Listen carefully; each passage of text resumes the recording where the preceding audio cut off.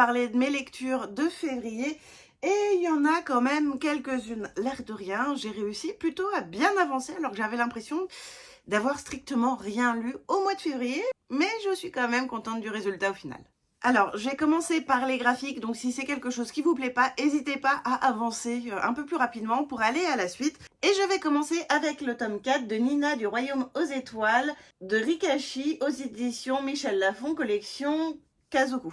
Donc on continue à suivre Nina, qui est cette jeune fille qui est donc dans le royaume ennemi actuellement. Et j'avoue que j'aime beaucoup les tournures que ça prend. Et alors la fin de ce tome me donne très envie d'aller lire le tome 5. Même si il est dans ma palle, puisqu'il est même dans ma palle de ce mois-ci. Et il faudrait d'ailleurs que je le rende à la médiathèque. Mais j'ai pas pris le temps de le lire encore. Résultat des courses, il attend, ainsi que le tome 6. Et après, je serai entre guillemets à jour sur ce que la médiathèque propose. C'est-à-dire qu'il leur manque des tomes et qu'il va falloir que j'attende qu'ils les achètent. Voilà, ça me motive pas forcément du coup à avancer, mais il faudrait pourtant. Autre manga que j'ai lu également ce mois-ci, il s'agit du tome 3 de My Happy Marriage, entre autres de Rito Koshaka aux éditions Kurokawa. Et donc, comme toujours, on va suivre Miyo et Kiyoka qui du coup sont promis l'un à l'autre. Et j'avoue que les tournures de ce tome 3 me donnent très envie d'aller lire le tome 4 également, qui a rejoint ma palle au mois de février, si je ne me trompe pas. Résultat des courses, je suis presque à jour parce que là, pour le coup, il n'y a pas encore le tome 5 qui est sorti et je ne sais pas quand est-ce qu'il sort. Résultat des courses, j'ai envie de lire le tome 4, mais en même temps, j'ai envie de le lire un petit peu plus proche de la sortie du tome 5. Résultat des courses, j'attends et je ne sais pas quand est-ce qu'il sort. Donc si vous avez l'information, dites-le moi parce que je ne sais pas. Et dernier graphique que j'ai lu au mois de février, il s'agit donc d'un des tomes de Reine de Sang, donc à savoir là, cette fois-ci, on s'axe sur la princesse Théodora, donc la reine courtisane. C'est le tome 1 sur 2.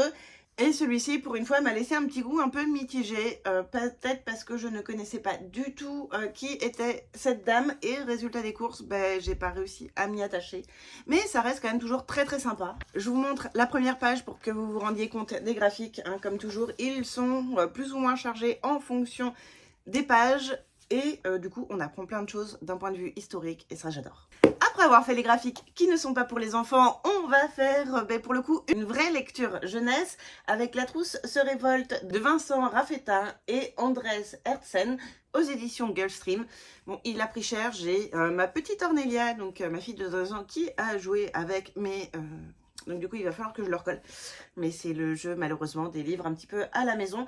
Et on est vraiment sur de la vraie littérature jeunesse, c'est-à-dire que c'est à partir de 7 ans, je vous montre, c'est super espacé.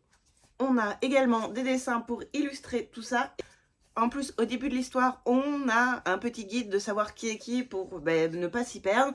Et j'ai beaucoup aimé le principe que la trousse prenne vie, que tout va bien dans le meilleur des mondes, parce qu'un stylo qui est capable de répondre aux interros à notre place et de faire les devoirs également à notre place, c'est juste génial. Sauf qu'à un moment, le général Compas et le colonel Paire de Ciseaux prennent le contrôle de la trousse et de toutes les troupes de la trousse.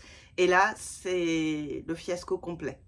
Donc, si vous cherchez un livre pour vos enfants qui mêle un petit peu fantastique, histoire rigolote et tout ça, n'hésitez pas à aller sur la collection Mes premiers romans qui est à partir de 7 ans chez Girlstream. C'est toujours pépite et on se marre toujours énormément. Et j'en ai un autre d'ailleurs qui pour le coup est...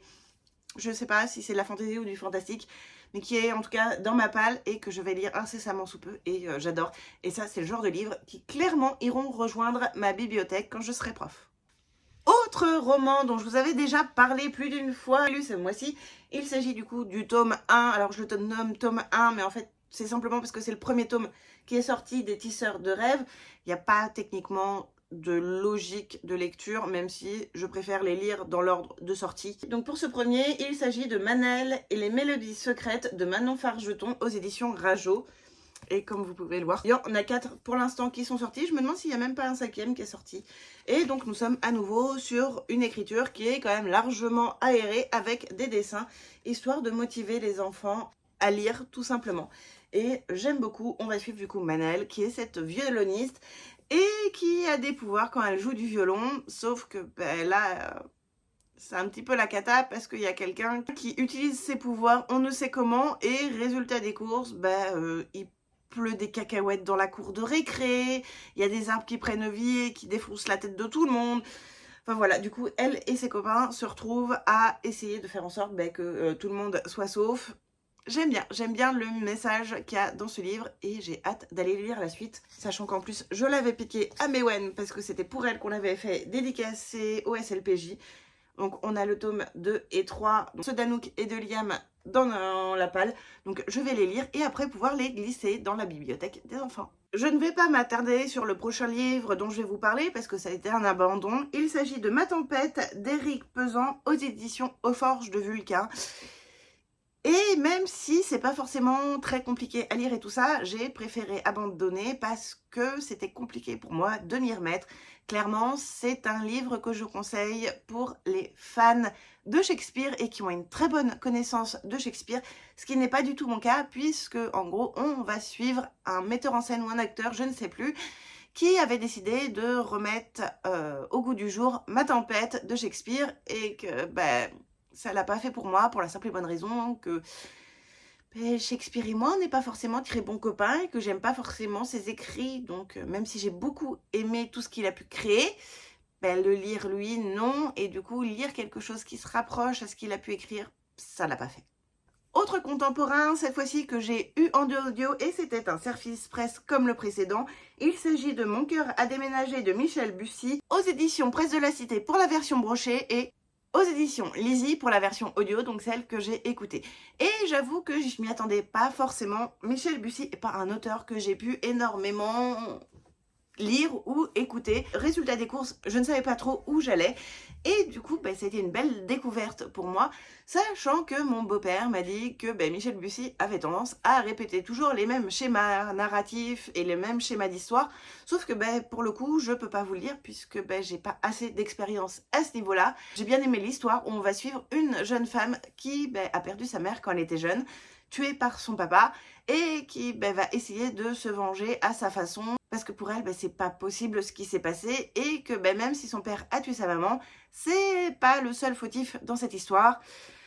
Ça part très très loin, je ne m'y attendais pas forcément à ce niveau-là, j'ai beaucoup aimé et j'avoue que quand même la fin m'a laissé un petit goût amer parce que il y a encore de la tromperie dans l'histoire et que voilà, au final elle sait pas tout et voilà, ça me laisse un petit peu sur ma faim à ce niveau-là. Côté Young Adult, j'ai écouté en audio le tome 4 d'Inheritance Games de Jennifer Lynn Barnes aux éditions Pocket Jonas, du coup pour la version brochée que j'ai ici, et chez Lizzie pour la version audio, et j'avoue que pour moi c'est peut-être le tome de trop. J'ai vu qu'ils en avaient sorti en plus un 5e. Je ne lirai clairement pas le 5e, je vais m'arrêter sur sur la saga à ce niveau-là. Je pense que la trilogie se suffisait à elle-même. Je sais que certains n'ont pas aimé déjà le tome 3 et que pour eux, une duologie aurait suffi. Moi, j'ai trouvé que le tome 3 allait au bout des choses. Et là, ce tome 4, on n'en apprend pas forcément plus sur les personnages. On les connaît, on les suit juste dans des nouvelles quêtes. Et résultat des courses, je ne me suis pas plus attachée que ça à ces quêtes-là.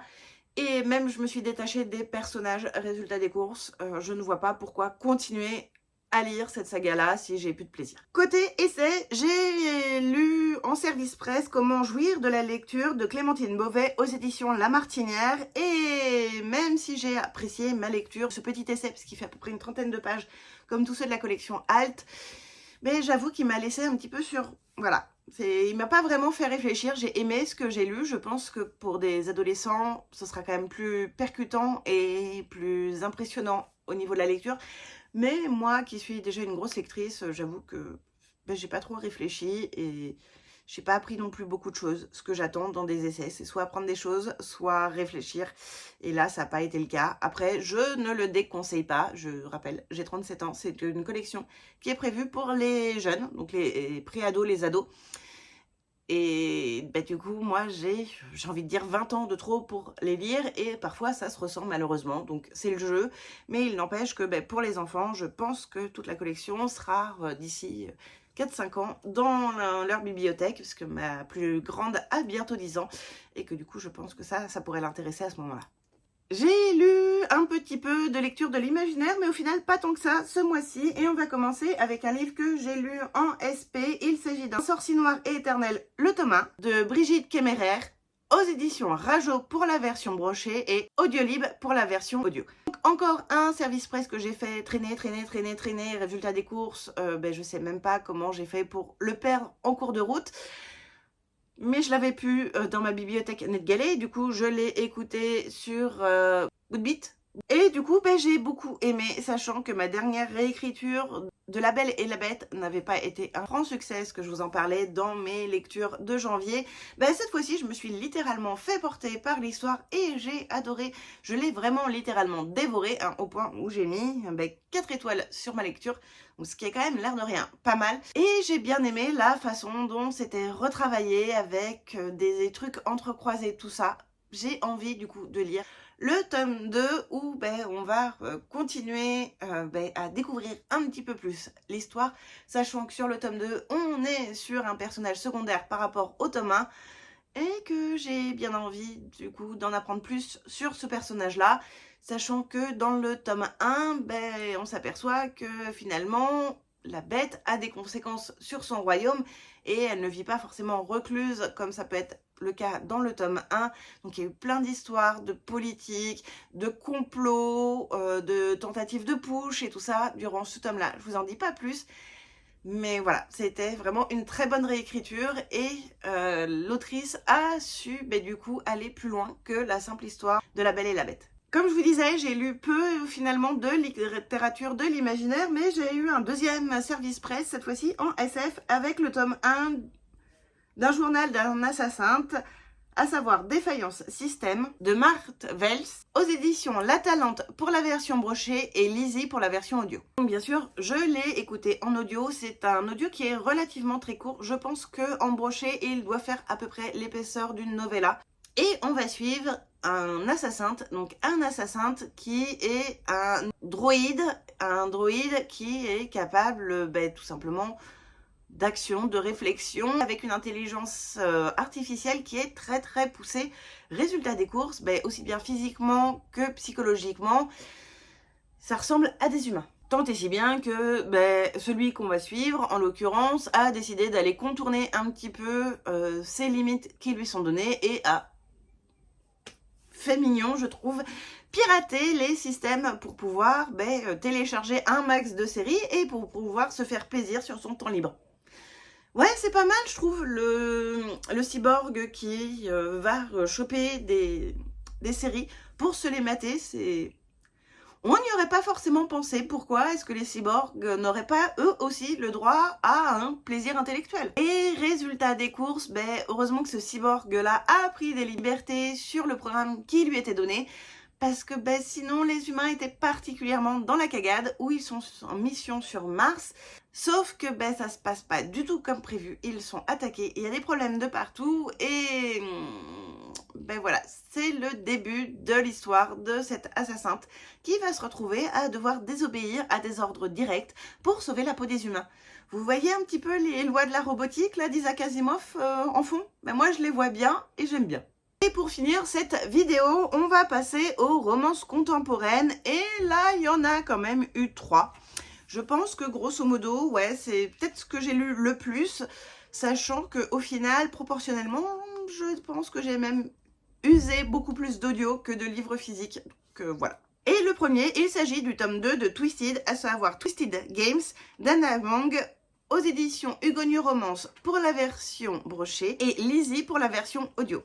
Donc, comme toujours, je les ai écoutés sur NetGalley en audio.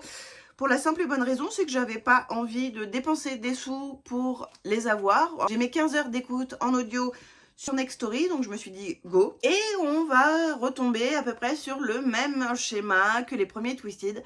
C'est-à-dire que cette fois-ci, on va suivre une des meilleures amies de la protagoniste du tome 1, qui s'amourache tout simplement de son garde du corps, sauf qu'elle est la princesse d'un pays assez tradit, on va dire, genre un petit pays même plus petit en fait que Monaco, de ce que j'ai cru comprendre, Sauf que du coup, ça se fait pas que la princesse, elle tombe amoureuse de son garde du corps, parce que son garde du corps n'est pas de la bonne nationalité déjà, et en plus, c'est même pas un noble. Enfin, comment vous dire que c'est la cata.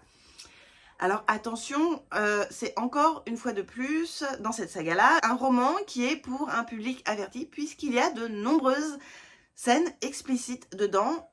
Donc surtout, si vous n'êtes pas prêt à en lire, n'allez pas le lire, parce que vous n'allez pas apprécier, ce qui est normal, hein, si vous n'aimez pas ce genre de scène.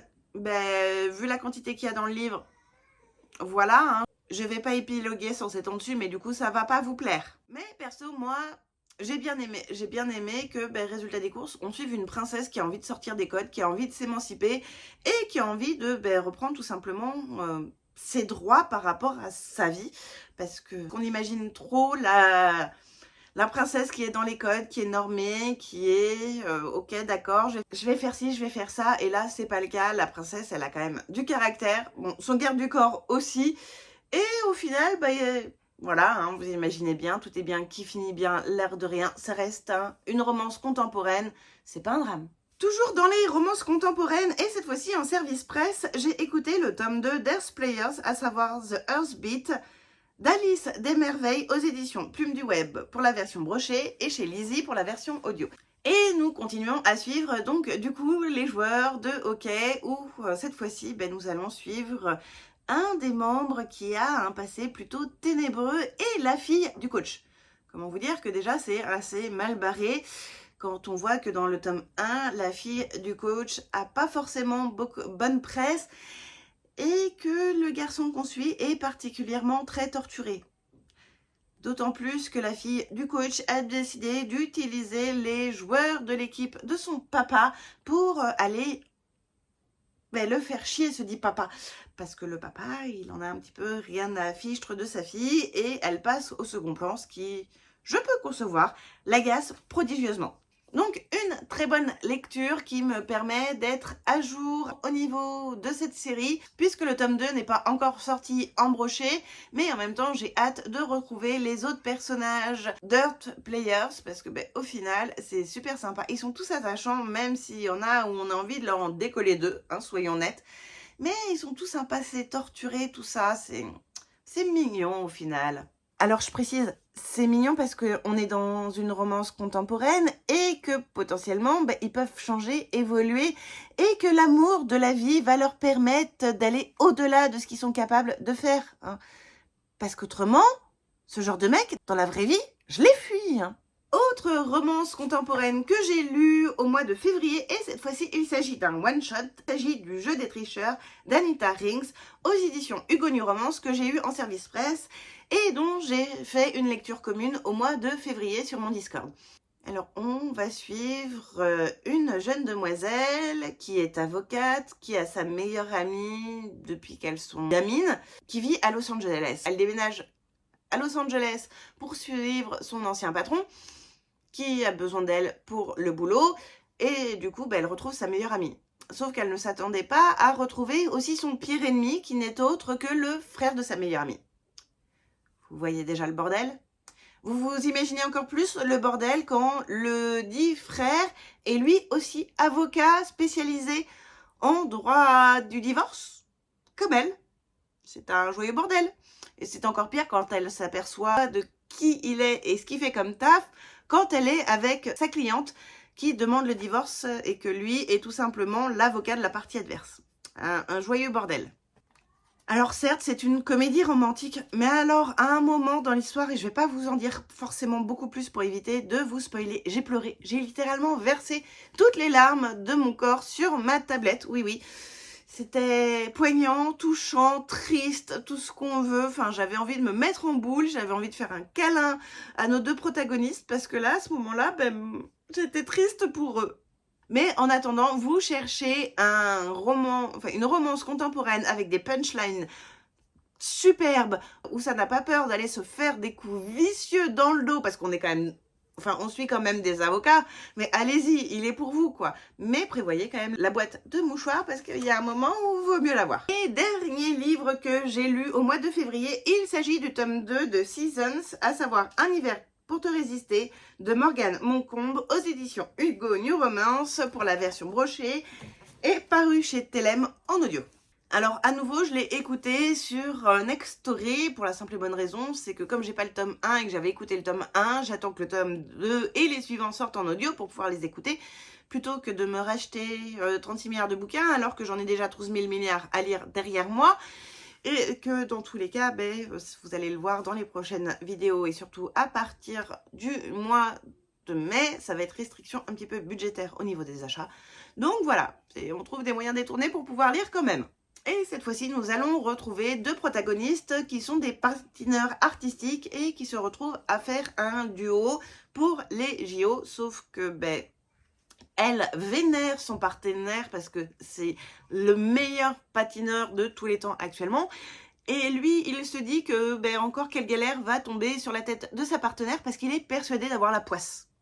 Alors oui, il y a des poisses qui se passent à certains moments, machin, ça se passe plus ou moins bien, il est ultra angoissé. Il se retrouve avec une proximité forcée parce que pour pouvoir bosser ensemble, ils vont se retrouver à emménager ensemble pour réussir à faire du lien parce que sinon ça ne matche pas.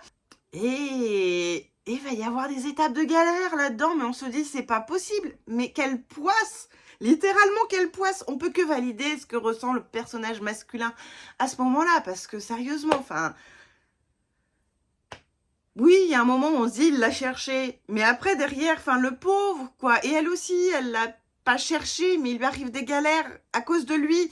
Enfin, on a de la pitié, littéralement, pour eux, voilà. Et j'ai adoré, et résultat des courses, j'ai hâte que le tome 3 sorte également en audio pour retrouver la plume de Morgane Moncomble, parce que déjà je veux finir cette saga avant d'attaquer autre chose, parce que pourtant j'en ai d'autres d'elle, parce que là c'est l'As de cœur qui est juste caché là, mais j'ai envie de finir cette saga, ça va vite venir, puisque là Embroché vient de sortir le tome 3 qui est sur le printemps, et c'est un printemps pour te... Si, un printemps pour te succomber, je crois. Je ne suis plus sûre. Et il y a le tome de l'été qui va arriver d'ici moins de 3 mois. Donc ça va venir très très vite. Et franchement, si vous n'êtes pas accro déjà à la plume de Morgane Moncomble, allez-y. Alors attention, le tome 1 a un jeu d'enquête que les autres n'ont pas. Ça, l'autrice avait prévenu. Mais ça n'empêche rien que j'ai adoré découvrir sa plume vraiment en romance contemporaine dans ce tome 2. Et franchement, c'est pépite. Bon, et vous, qu'est-ce que vous avez lu au mois de février? Est-ce que vous aviez déjà lu certains de ceux que j'ai cités? Ou est-ce que je vous ai donné envie d'en lire certains? N'hésitez pas à me dire tout ça en commentaire. Et on se retrouve très bientôt pour une prochaine vidéo. Bye!